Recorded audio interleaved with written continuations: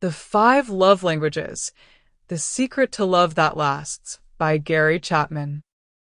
Introduction. After years of marriage counseling, I discovered a fundamental truth. Falling in love is not enough. The initial in love experience is a temporary, euphoric state that typically lasts about 2 years.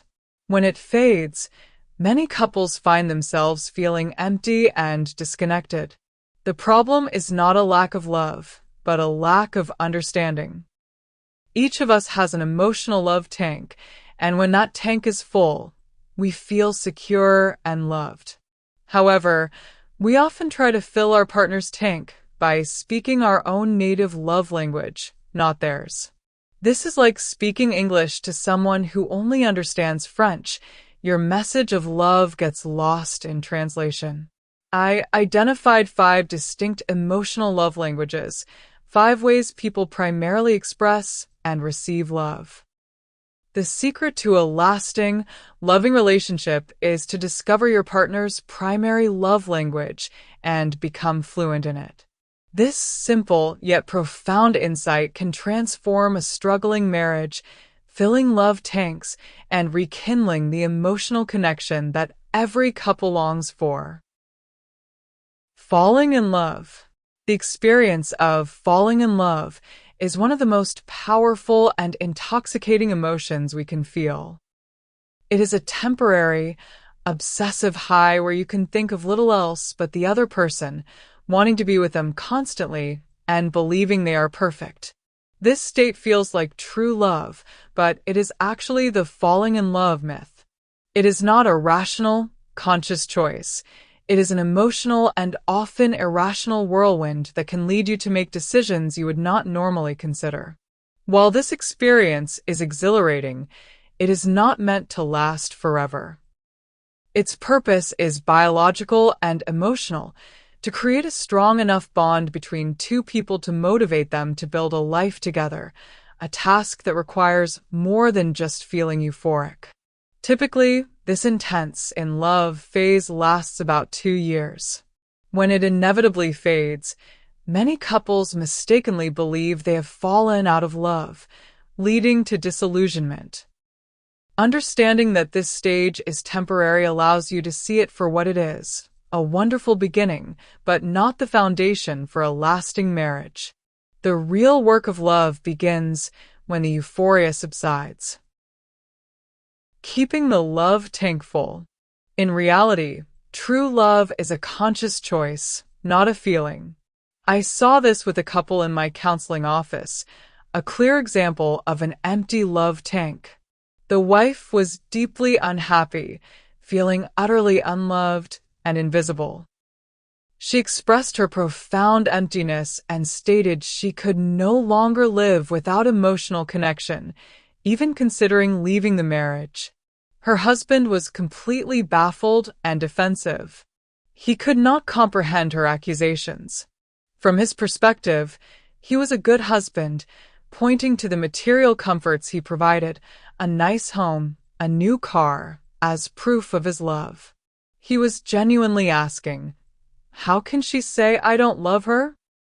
This couple perfectly illustrates the distinction between unconditional emotional love, which seeks to fill the tank with connection, and conditional love, which is based on performance and meeting external expectations. A marriage cannot thrive on conditional love. The foundation for a lasting relationship is understanding that your spouse has a primary love language, and by learning to speak it consistently, you take responsibility for keeping their love tank full.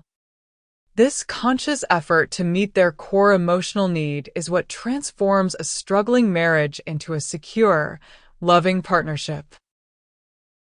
Love language number 1: words of affirmation. For some individuals, hearing the words "I love you" is important, but what truly fills their emotional love tank is hearing why and how they are loved and appreciated. This love language uses words to affirm the other person's worth. I remember a husband who felt stuck in his job and had a dream to go back to school for a new career, but he was paralyzed by self-doubt and fear of failure. He confessed this dream to his wife. Instead of focusing on the financial risk or the practical hurdles, she looked him in the eye and said, "I believe in you. I know you can do it. You are smart and capable, and I'll be with you every step of the way." Those encouraging words were like a lifeline. They filled his love tank to the brim, giving him the courage to enroll and succeed. This language, however, is nuanced. It's not just about the content, but the delivery. Kind words, spoken gently and with genuine care, are received as love. Harsh words, even if factually correct, can drain the love tank instantly. A crucial part of this language is the use of humble words. A sincere apology after a fight, such as, "I was wrong to speak to you so disrespectfully. I am sorry. Will you please forgive me?" can heal a wound more effectively than any gift or action. The goal is to make love requests, not demands. Saying, "Honey, if you have a moment, would you mind taking out the trash?" is an invitation to express love. Barking, "Take out the trash, it's overflowing," is an order that builds resentment. For those who speak this language, unsolicited compliments and words of gratitude are the currency of a loving relationship. Love language number 2, quality time. For individuals whose primary love language is quality time, nothing says, "I love you" like full, undivided attention. The core of this language is togetherness, not just proximity. It's the difference between a distracted TV dinner, where you are in the same room but mentally elsewhere, and a candlelight dinner where the phones are away and you are fully present, listening and sharing with each other. The most poignant illustration of this I've encountered was a father who was confused and hurt because his son no longer wanted to go fishing with him. The father thought they were having wonderful bonding trips. But from the son's perspective, they weren't fishing trips at all. They were work trips. The father spent the entire time rebaiting hooks, untangling lines, and giving constant instructions. The son just wanted to sit quietly with his dad, to simply be together. He didn't want an instructor. He wanted a companion. This broke the father's heart but opened his eyes. Quality time is built on quality conversation, which is more than just talking. It's sympathetic dialogue where you share experiences, thoughts, and feelings in a safe, uninterrupted space.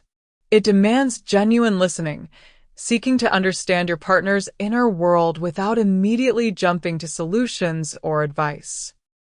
For the person who speaks this language, a walk where you hold hands and talk, or 15 minutes of sitting on the couch with the TV off, listening to them recount their day, is a profound deposit into their love tank. It screams, "You are valuable and interesting to me. I enjoy your company." Love language number 3, receiving gifts. For some, love is best spoken through a visual, tangible symbol, a gift. It is not about materialism or monetary value. The gift is a powerful symbol of the thought, "He was thinking about me," and serves as a physical reminder of love. I recall a wife who came into my office utterly devastated. Her husband had completely forgotten her birthday. He tried to apologize, saying he'd been swamped at work and would take her out to a nice dinner later, but the damage was done. For her, the missed dinner was secondary. The absence of a gift, any gift, a card, a single flower, was a crushing symbol that she was not on his mind and, therefore, not in his heart. The gift itself was the symbol, and its absence was a symbol of emotional neglect. Another man couldn't understand why his wife missed the flowers he gave her during their courtship. He told me, "I stopped buying them after we got married. It seemed like a waste of money. They just die after a few days." He saw a dying plant. She saw a dying symbol of his affection. He failed to grasp that for her, Each bouquet was a fresh, vibrant reminder that she was loved. The most profound gift, however, is often the gift of self, your physical presence. Being there for your partner during a crisis, a celebration, or just a tough Tuesday is a gift that speaks more loudly than any purchased item. For the person who speaks this language, a carefully chosen gift, no matter how small, is a physical token of love that fills their emotional tank for weeks. Love language number 4, acts of service. For those who speak this language, actions truly speak louder than words. An act of service is any task you do to ease the burden of responsibility on your partner, requiring thought, planning, time, and genuine effort. It is love made visible through labor.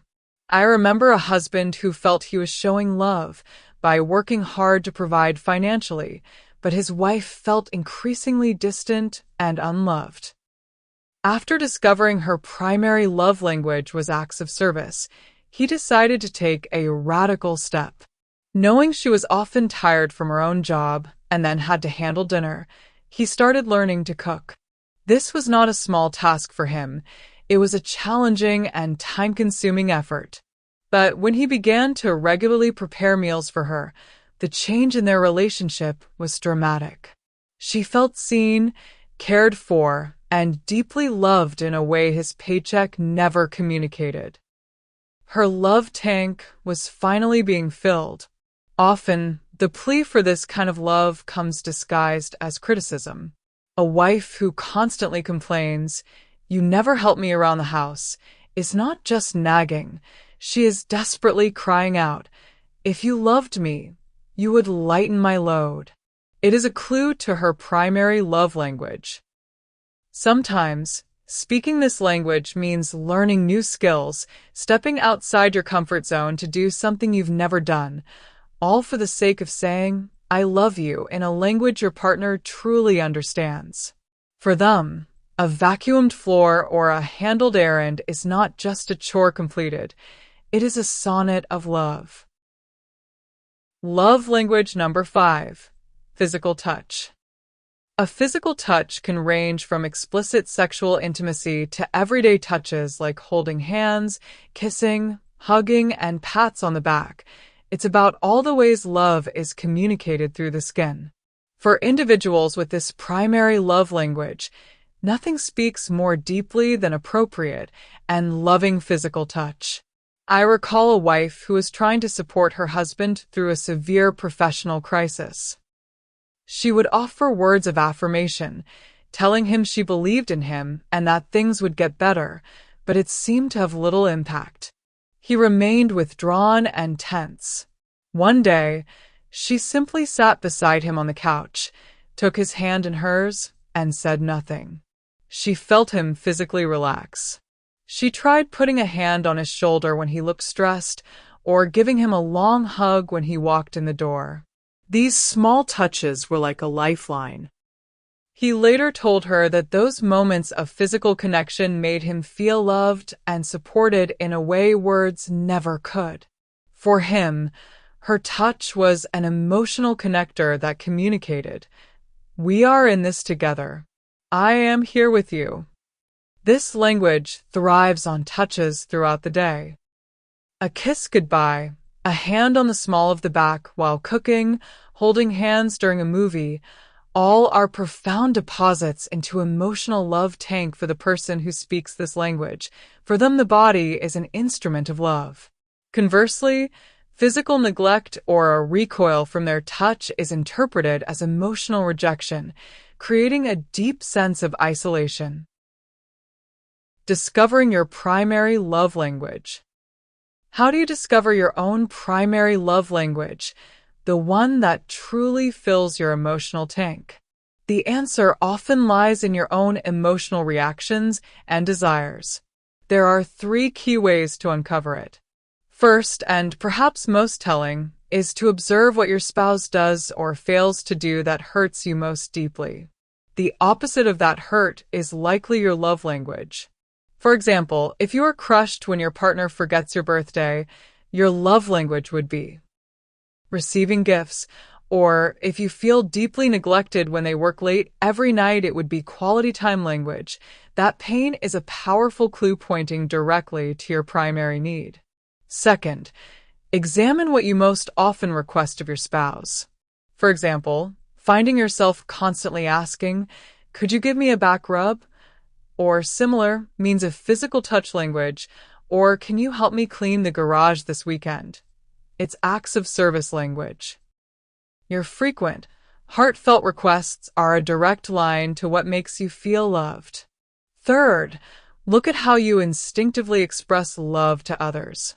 We often speak our own primary language. If you are always giving small, thoughtful gifts, then receiving gifts is probably high on your list. If you are constantly offering verbal encouragement, words of affirmation is likely your native tongue.